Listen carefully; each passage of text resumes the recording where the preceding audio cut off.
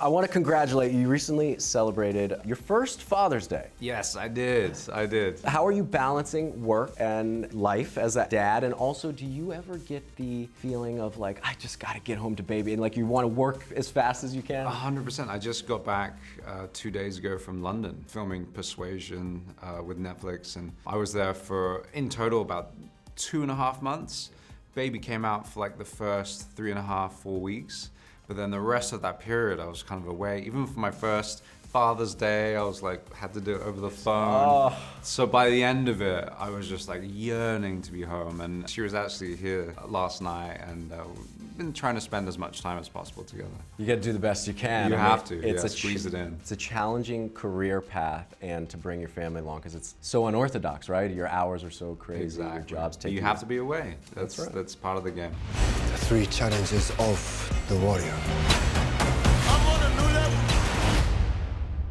The 3 challenges in the what now? Do you feel like you're an action star? Because you know what I said when I walked out of theater yesterday? I said, move over Jason Statham and The Rock. Damn, there we go. Henry's here. And that's how I really feel. I mean, I got the goosebumps. Your performance appreciate was... it. Thank you so much. Taking on a role like that, the physicality that's needed, isn't something that I've kind of stretched and exercised before in previous movies. When they sort of asked me about, what are your thoughts on coming with us and making this movie, there was this sort of like, right, I've been waiting for something to really sort of throw myself at physically, and quite the movie to sort of jump in at the deep end with, because it's not just an action film, it's a real martial arts film.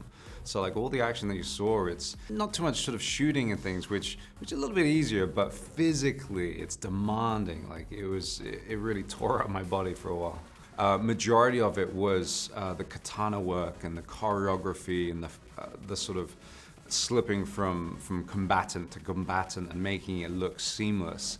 So it was a tremendous amount of cardio, that really low kind of horse stance. And that first week of sort of training, I remember I was just like, wow, I can barely sit down or like get up from a chair, just because you're so low in this stance for like the longest time. Join us. This is your destiny.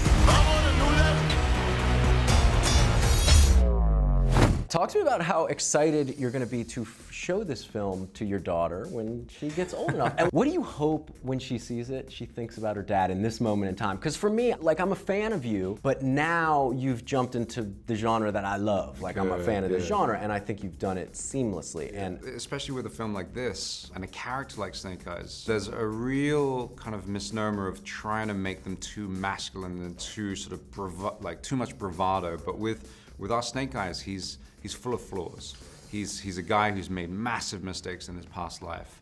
But I think those attributes really endear him to the audience members at large, because he's like you and I. We mess up, but if you're diligent, you're hardworking, you choose the right path, you can become something great. So for me, hopefully, when my baby sort of grows up, she won't be sick of me going, hey, you should watch this movie, because this was a time when I was amazing and I could do all this stuff. Now I'm kind of old and decrepit or whatever. It's interesting you say that, because you take into account what kind of movies she's going to be watching in the future. So I have this amazing animated film with Paramount that we're doing right now called The Tiger's Apprentice, and that was something that I was like, oh, it'd be amazing to show her, and she'd love to be sort of like taken away in that animated world. can you share anything about that, or is it too soon? I mean, it's based on a beautiful book by Lawrence Yap, and I play the tiger. In The Tiger's Apprentice. We have a fantastic, well-rounded Asian cast, because it sort of lives in that world, but I can't give too much away just yet. I want to ask one thing for the other fan base, Crazy Rich Asians. Whose yard do I have to mow and car do I have to wash to get a sequel? Is there any talks? I've been saying this to pretty much everybody. It's like, I think I'm going to find out of Snake Eyes 2 faster than I will of Crazy Rich Asians 2. So we'll take it. We'll take it either way. Let's do it. We'll slot it in between the ninja fighting and stuff. We'll go back to Singapore and film it real quick. You touched a little bit earlier on finishing up Persuasion with Dakota Johnson. What can fans expect from this version? DJ like steals the show for sure. Her version of Anne is absolutely sublime. Amazing co-actor Cosmo Jarvis, who's phenomenal in Calm with Horses, which was one of his latest films. But the movie itself is a very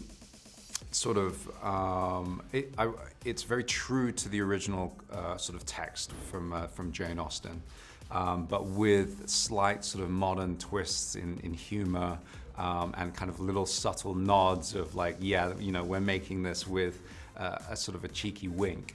Right. So it's exciting in that sense. So I think a lot of people are going to be drawn to it, especially the younger Jane Austen fans who kind of love like slightly modern adaptations, but still in that world. You mentioned DJ steals the show. Is she fun to work with? She's awesome. I imagine you guys so together. Good. You know, she keeps the positivity, the energy on the set. Like she literally hadn't stopped filming that entire period of time. I sort of jumped in and fluttered around and came and got dressed up and smiled, but she was literally every single day working her ass off.